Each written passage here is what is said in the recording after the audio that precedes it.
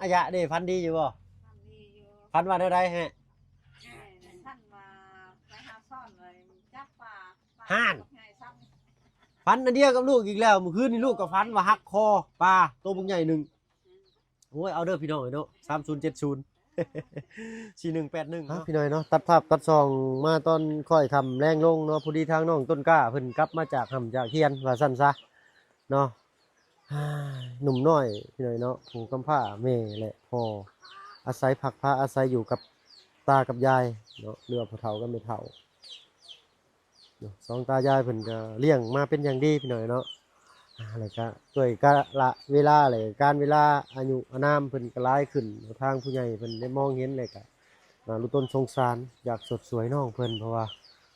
บอลอยู่บอลเช้านี้กับบ่แม่นของน้องเพิ่นเนาะมื้อนี้ทางบ่พึ่งขึ้นมาต้องนำคำก็ได้ไปถามทางเจ้าของที่เพิ่นแล้วพี่น้อยเนาะเพิ่นสิได้ให้ทางนายบ้านมาเฮ็ดบทบันทึกการเซ็นดินดอนตอนหญ้าเนาะตอนนี้แหละเนาะประมาณเสาร์นั้นมาหาวังนี้วังลุ่มน้ำนะเนาะแล้วก็ตัดไปใส่ต้นมักนัดหรือว่าต้นสับปะรดแล้วก็ลงไปใส่ต้นมักลำไยต้นนั้นเนาะแล้วก็สัตว์ไปใส่ต้นไม้ใหญ่ต้นนั้นพี่น้องเห็นบ่แล้วก็ไปใส่อยู่มุมนู่นเนาะมุมพุ่นแหละเอากะสิรุ่นเบิ่งกันต่อไปพี่น้องเนาะว่าสิออกมาเป็นแบบใดเนาะแต่ทั้งพี่ใจดีเพิ่นก็ยังฝากเบิ่งฝากแย่งทั้งโน้นต้นกล้าเพิ่นเนาะให้เพิ่งพาอาศัยตนเองให้ได้หลายที่สุดพี่น้อยเนาะเพราะว่าอนาคตภายภาคหน้านี่ก็เท่าไม่เท่าก็อายุหลายแล้วนะพี่น้อยเนาะใช้น้องต้นกล้าเพิ่นเนาะโตมืดดื้อคืออยู่เนาะ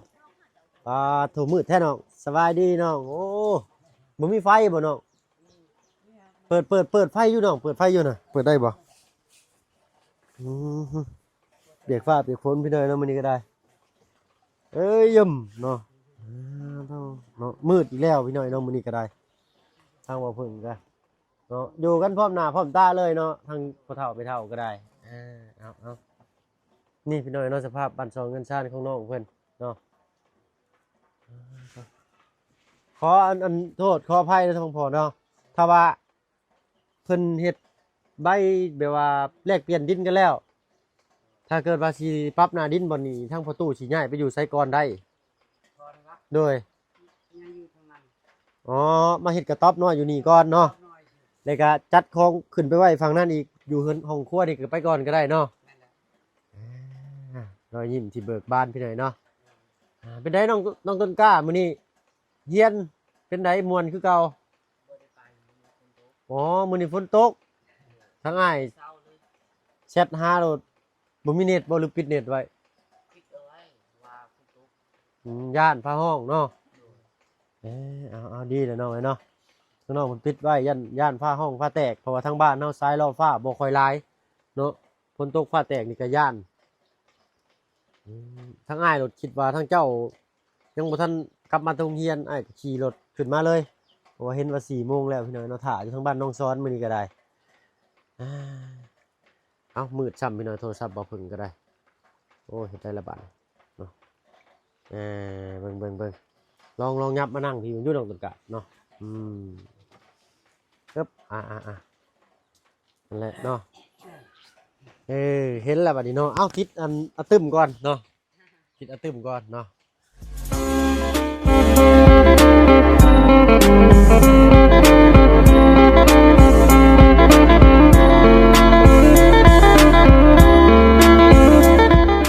ทักทายเนาะกับทักทายสบายดีผู้ใหญ่ใจดีเหล็กFCเบิร์ดทุกท่านที่เข้ามาชมช่อง YouTube บ่เพิ่งเคยไลฟ์คือเก่าเนาะบ่ว่าฝั่งไทยฝั่งลาวเลยก็ทั้งฝั่งต่างประเทศก็ยินดีต้อนรับเข้าสู่ช่อง YouTube บ่เพิ่งเคยไลฟ์อีกเช่นเคยเนาะมื้อนี้เอามาพี่แหละเป็นซานบ้านซองของน้องต้นกล้าที่ทั้งพี่ใจดีเพิ่นได้ฝากฟังเอาไว้เนาะอยากให้เบิ่งแย่งน้องเพิ่นให้เพิ่นเบิ่งแย่งตัวเองให้ได้ดีและให้เก่งขึ้นกว่าเก่าหั่นนะแหละจังว่าสิได้ไว้วางใจหั่นนะเนาะ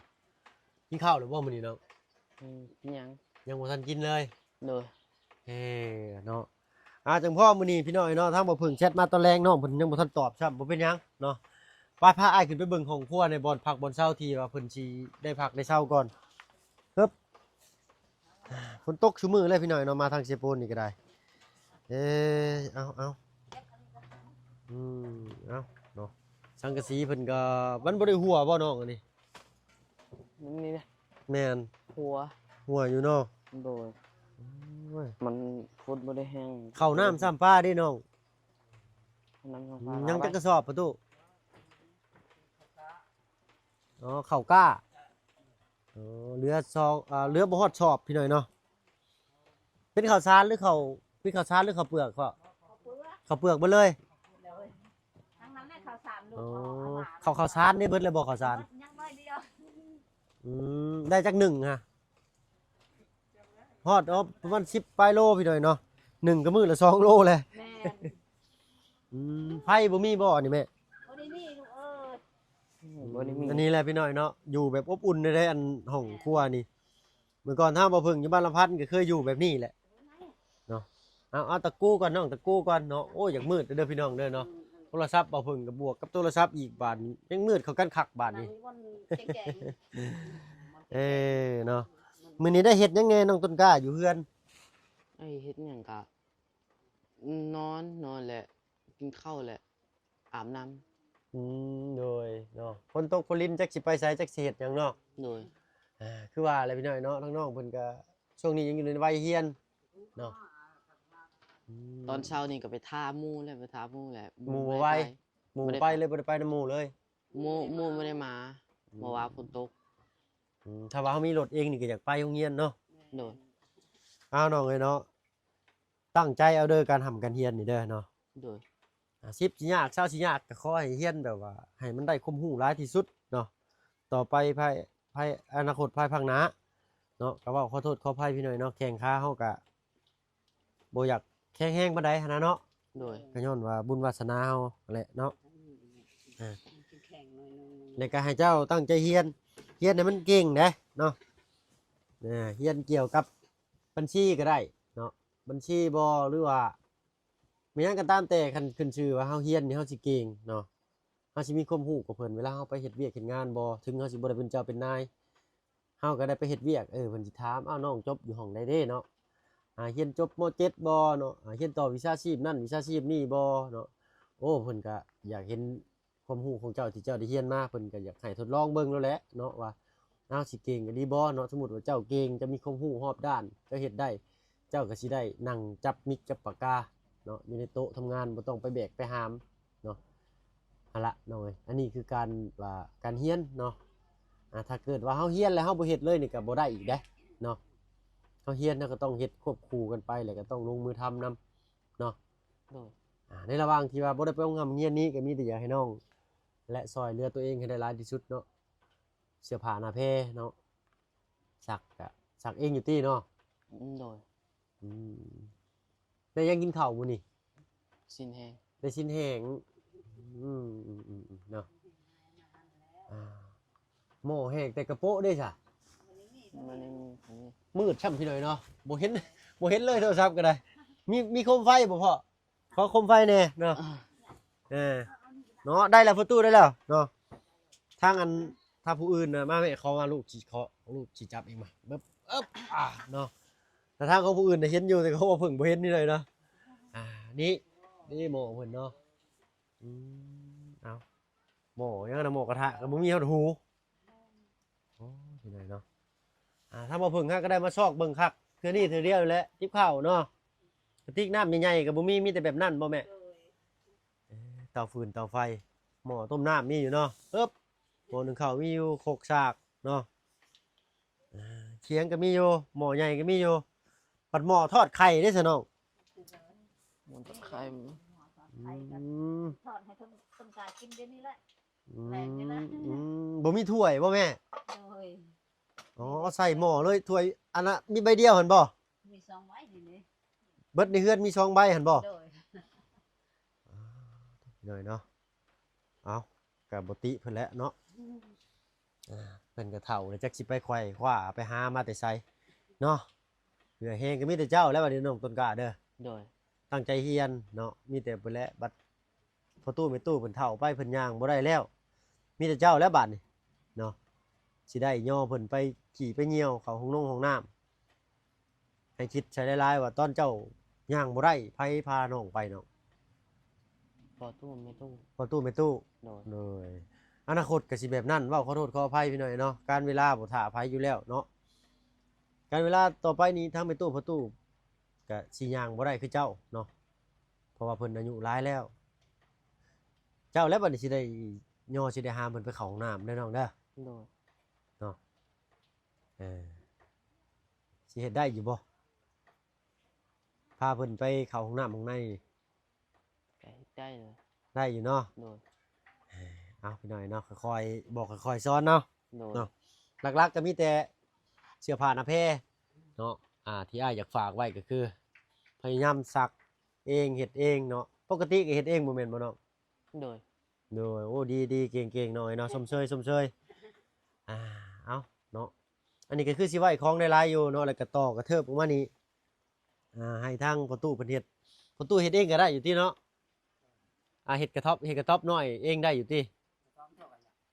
เอาต่อดงครัวเนี่ยดาวเรืองให้ไปตีก็เรียบ แม่น ก็เรียบ ได้อยู่เนาะมั่งเอาจากกระสังกะสีเก่านี่แหละพี่น้อยเนาะพอได้มาเฮ็ดบอนผักบอนเช้านี่ก็นอนได้อยู่ดอกนอนจาก2คนเนาะเอารุ่นเบิ่งนำกันอีกพี่น้อยเนาะถ้าว่าในการเว้าเฮาอยากได้ใบซื้อขายนี้เนาะต้องมีเงินมาวางเพิ่นได้หน่อย โดย เนาะ10 ล้านเฮาก็ต้องมีเงิน10 ล้านให้เจ้าของที่เพิ่นเนาะแต่วันนี้ก็ทางเพิ่นว่าเปลี่ยนมันก็มีใบอยู่ก็เฮาก็สิเอาแบบเปลี่ยนเนาะ โดย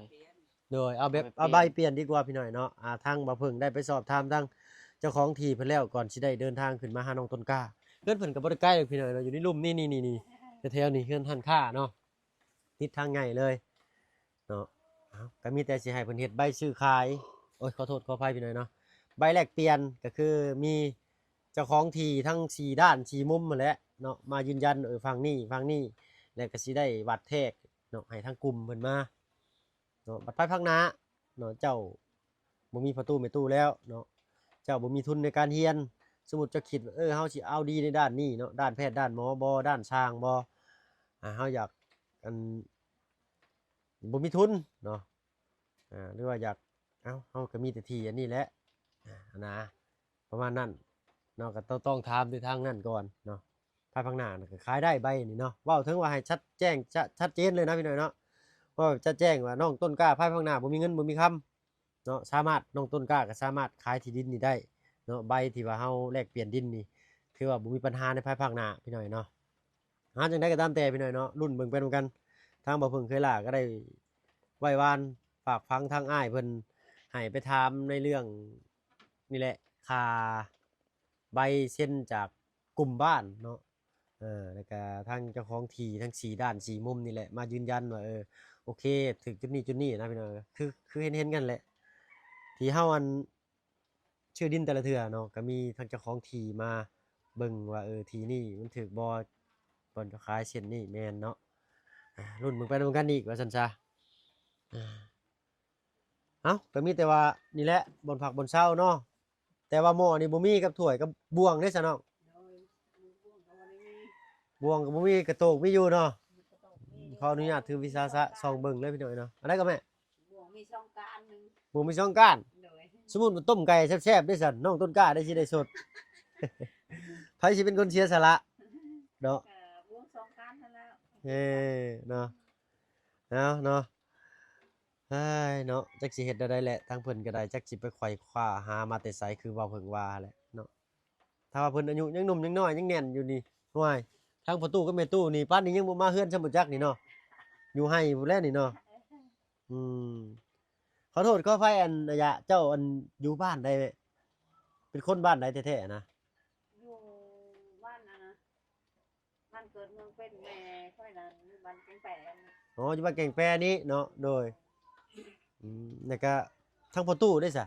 ประตูแม่ก็บ่ฮู้ ประตูอยู่บ้านได้ประตูตั้งแต่แรกเลย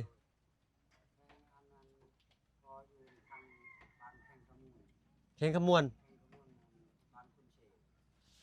ประตูนี่อยู่แข่งขมวนบ่แม่นคนทางนี้เนาะเอาไปพบพ่อกับแม่ตู้ได้ซั่น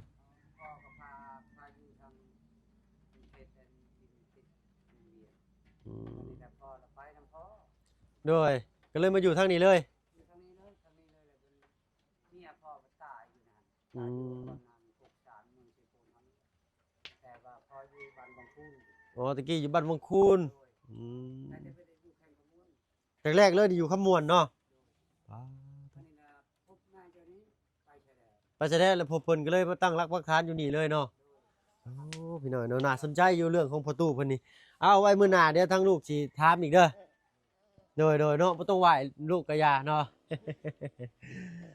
ทางพ่อตู้เป็นคนแข่งขมวนเนาะทางท่าแขกพุ่นบ้านยังก็พอลืมเลย บ้านคุณเช บ้านคุณเซแข่งขมวนเนาะเมืองยังก่อ เมืองนะเมืองจากเมืองยังนั่นพอก็ลืมคือกัน เมืองอันท่าแขกจักเมืองยังพี่น้อยเนาะเอ้าเดี๋ยวมื้อ แข่งนาพง แขวงนาโป่งบ่แขวงขมวนได้บ่บ่แม่นได้ แต่ว่าเมืองเมืองคือขมูล เมืองขมวนอยู่ไสเด้ไปทางท่าแขกนี่บ่ ไปทางตะแคกกระทึกไปทางเวลานี่กระทึก อ๋อโดยนั่นได้ขมวนอันเดียวกันนั่นแหละพี่น้อยเนาะเอาจะได้กระตามแต่พี่น้อยเนาะ พอไปชื่อจำ แต่เฮิงเลยเนาะพ่อเนาะโอเคเนาะ 40-50 ปีแล้ว 40 50 ปีเพิ่นก็ได้เพิ่นก็น่าสิเปลี่ยนชื่อหมอกชื่อเมืองใหม่ 52 ปีแล้ว โอ้ยเนาะเอามื้อแรงเนาะฟันดีอยู่บ่เมื่อคืนนี่ บ่ ฟันบ่ดีทั้งอายะเด้ฟันดีอยู่บ่ ทำดีอยู่ ฟันว่าได้ฮะ แม่เนี่ยท่านมาไปหาซ่อนเลยจับปลา ห่าน กับไงซ้ำ ฟันอันเดียวกับลูกอีกแล้วเมื่อคืนนี่ลูกก็ฟันว่าหักคอปลาตัวบุกใหญ่หนึงโอ้ยเอาเด้อพี่น้องเนาะ3070 4181เนาะมื้อแรงถ้าอ้ายมานเนาะอ้ายสิซื้อหมูกระทะมาให้เจ้าแบบอย่างดีเลยเนาะโอ้ฟันว่าจับปลาเนาะแม่เนาะ โดย จับจากมือ ซองมือแล้วก็หักคอมันเลยเนี่ย ห่านคือกันเลยทั้งลูกกับฟันว่า ปลาข้อง มปลาคอห่านแม่นลูกกับฟันว่าปลาคอคือกันเมื่อคืนนี่โอ้ยเอาเด้อพี่น้องเด้อเนาะมื้อแรงซ้ำวันจันทร์ซ้ำเอาโดยเนาะโอ้ยสาธุปู่สังกษาญาสังกะสีบ่าวเพิ่งให้ทั้งบ่าวเพิ่งมานมื้อแรงสิจัดหมูกระทะมาให้ทั้งน้องต้นกล้าจักใบหนึงเนาะเนาะบ่หลายดอก 2,000 3,000กีบนี่แหละเนาะพอได้รุ่นน้ำหมู่แต่ว่าบางผู้บางคนนี่โอ้4-50,000พุ่นเด้ตัวละ100 บาทพุ่นแล้วเพิ่นชื่อเพิ่นใช้ทั้งบ่เพิ่งบ่ไหวพี่น้อยเนาะทุนน้อยคอยนานแหละคอย โอเคเนาะทั้งตัวแม่โดยทั้งอันลูกขอบคุญขอบคุณหลายๆเนาะพุ่นแหละฟังเบิ่งมื้อแรงจังโชคได้มามีลูกสิจัดมาให้หม้อกระทะแล้วก็ถ้วยบวงสรวงชาม ให้ร่ำให้รวย โดยเนาะเอาเนาะทั้งบ่เพิ่งก็เว้าไปซั่นแหละพี่น้อยเนาะหากบ่ได้ซื้อดอกบ่ให้มินเงินน้อยบ่ให้คอยวาสนาเนาะมีมือมีขานี่ดิ้นรนใส่เนาะฟ้าฝนตกก็บ่ได้อยู่บ่ได้เช้าเห็นบ่คือทีมงานจุมายบ่เคยย่านไข่นี่ย่านแต่บ่มีเงินใช้ย่านแต่บ่มีกิน พี่น้อยเนาะบางทีบ่เพิ่งเว้าก็สิใช้คำแบบว่าซีเรียสแน่ก็จะถือสาบ่เพิ่งเด้อพี่น้องเด้อเนาะบางทีบ่เพิ่งก็อาจสิจริงจังเกินไปเนาะขอโทษขออภัยนำหลายๆไปซะน้องต้นกล้าออกมาพี่เนาะมืดหลายคืออยู่เนาะบ่เห็นชักเนาะ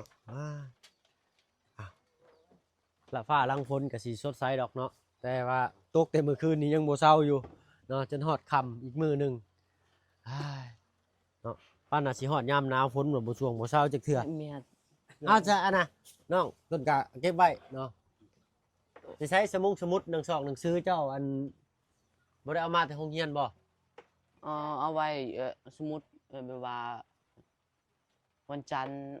อยู่นำหมู่ เลย แบ่งกันเอาไว้ บ่ได้ถือไว้ในกระเป๋าเป้เจ้าของ โดย เนาะคือว่าเลยน้องเพิ่นสัญจรไปมายาก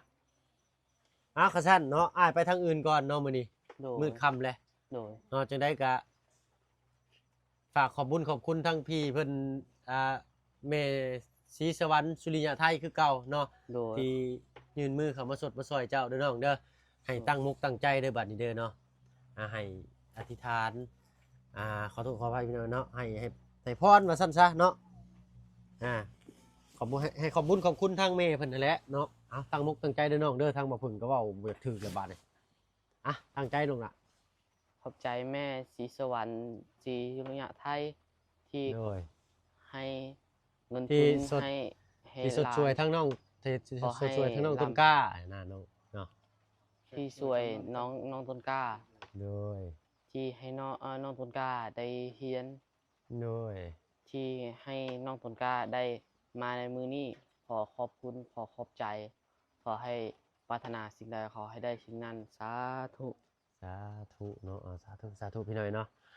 อ้ายเอาขอให้เป็นขอให้ไปเนาะน้องเนาะ โดย มื้อหน้าตั้งมุกตั้งใจกว่านี้เด้อถือว่ามื้อนี้ก็ดีขึ้นกว่าเมื่อวานแล้วเนาะ โดย สู้ๆให้ได้สู้ๆ สองนิ้วสู้ๆยกมือก็ได้เนาะเป็นผู้ชายสบายดีปะ ใจดี เด้อเนาะลูกอันเช้าหน้าบ่ โดย จักปีแล้วล่ะ ทรงปี 2 ปีเนาะชื่อหยังเจ้าชื่อหยัง สุทธิต ฮะ อาทิตย์ เท่าทิศอ๋อก่อนฮอดอ่าวันเสาร์ก่อนนี่จังฮอดวันอาทิตย์นี่บ่อืมโอ้ยฝนถึกกับตัวหน้าข่อยพี่น้อยนะเอาเนาะนี่เต็มหน้าผากเลยนี่ดูนี่เอาฉันตั้งอันลูกไปก่อนเด้อประตูเด้อเนาะไปอ้ายลาแหละน้องต้นกล้าสบายดีน้องมา สบายดี โดยเนาะเอาตึ้มมาน้องมาโดยฝนจิถึกไหมข่อยนี่ก็เรียบร้อยแล้วพี่น้อยเนาะไปอยู่ดีมีแห้งเด้อประตูเด้อเอาไปแล้วไปตู้โดยสบายดีจ้าสบายดีเนาะโอ้ยเอามือแรง มีแหงให้โชคให้มานไปทางไหนก็ได้ โดยเอาสาธุเนาะมือแรงนี่แหละเนาะโอ้ยรถล่มพี่น้องเลย ลมเนาะเอาบ่เป็นหยังเนาะอึ๊บโอเคเนาะแต่ก็เน้นอยู่แต่ว่ามันตั้งนานแล้วมันซึมลงไปเอาพี่หน่อยเนาะทางบ่เพิ่งก็สิขอตัวลำลาเนาะจบภาพจบคลิปแต่เพียงส่ำนี้เนาะพบพ่อกันคลิปหน้าก็แล้วกันพี่หน่อยเนาะสำหรับคลิปนี้ก็ขอบคุณที่เข้ามาหามาชมช่อง YouTube บ่เพิ่งเคยหลายเช่นเคยเนาะที่สำคัญพี่หน่อยเนาะคือบ่ขามโฆษณาเพื่อเป็นกำลังใจให้ทางบ่เพิ่งเนาะเอาเนาะอยู่ดีมีแฮงเบิดสุขสุคนเนาะลาแล้วพี่หน่อยเนาะสบายดีจ้ะ